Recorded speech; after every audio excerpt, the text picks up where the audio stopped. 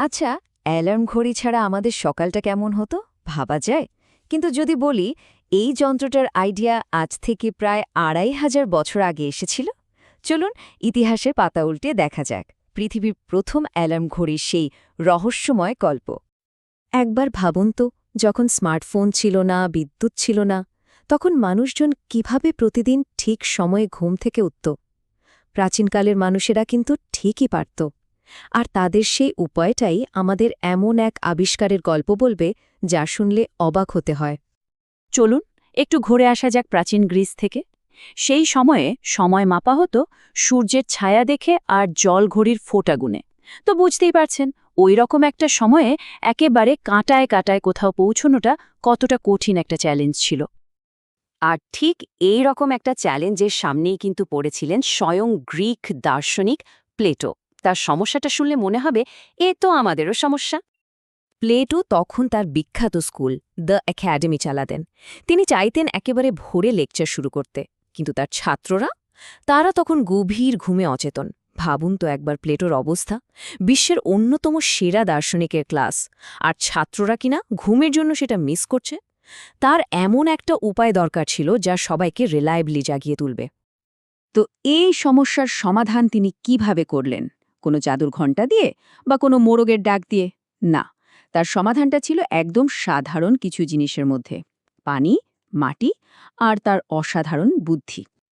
তো চলুন পর্দা সরানো যাক সেই ২৪০০ বছরের পুরনো এক বিস্ময়কর আবিষ্কারের ওপর থেকে, যা ছিল প্রাচীন প্রযুক্তির এক দারুণ নিদর্শন। তার সমাধানটা কি ছিল জানেন? পৃথিবীর প্রথম অ্যালার্ম ঘড়ি। হ্যাঁ, একদম ঠিক শুনেছেন।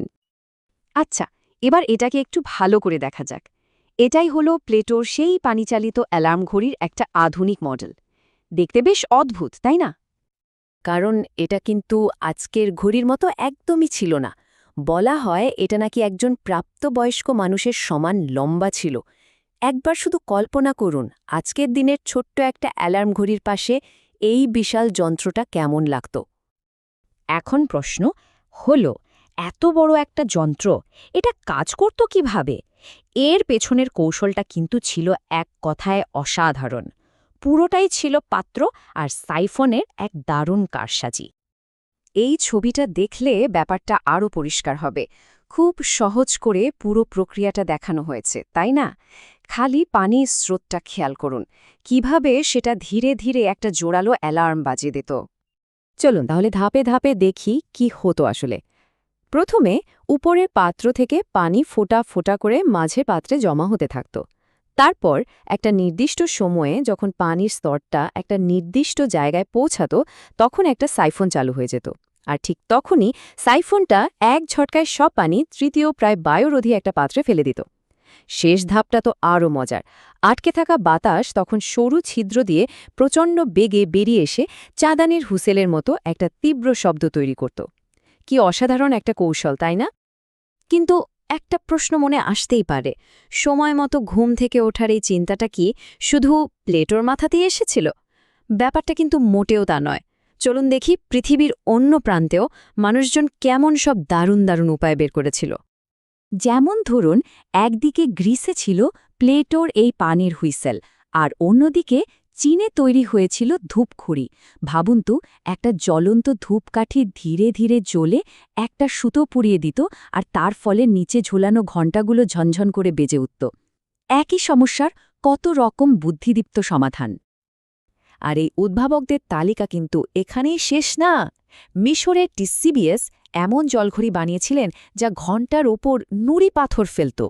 চীনের ইশিং বানিয়েছিলেন পানি চালিত যান্ত্রিক ঘড়ি যা প্রতি ঘণ্টায় বাজত। আর মধ্যপ্রাচ্যের আল জাজারি তো মোমবাতি আর পানি দিয়ে অত্যাধুনিক স্বয়ংক্রিয় ঘড়ি ডিজাইন করেছিলেন। মানে বোঝাই যাচ্ছে, সময়ের সাথে পাল্লা দেওয়ার এই চেষ্টাটা ছিল একেবারে বিশ্বজুড়ে। এই সব হারিয়ে যাওয়া প্রযুক্তিগুলো আমাদের প্রাচীন বিশ্ব নিয়ে নতুন করে ভাবতে শেখায়। আমরা অনেক সময় ভাবি যে তারা হয়তো পিছিয়ে ছিল, কিন্তু সত্যিটা হলো তাদের উদ্ভাবনী ক্ষমতা মাঝে মাঝে আমাদের কল্পনাকেও ছাড়িয়ে যায়।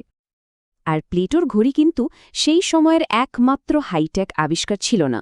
এই যে স্ক্রিনে যেটা দেখছেন এটা হলো অ্যান্টিকিথেরা মেকানিজম, যাকে বলা হয় পৃথিবীর প্রথম অ্যানালগ কম্পিউটার।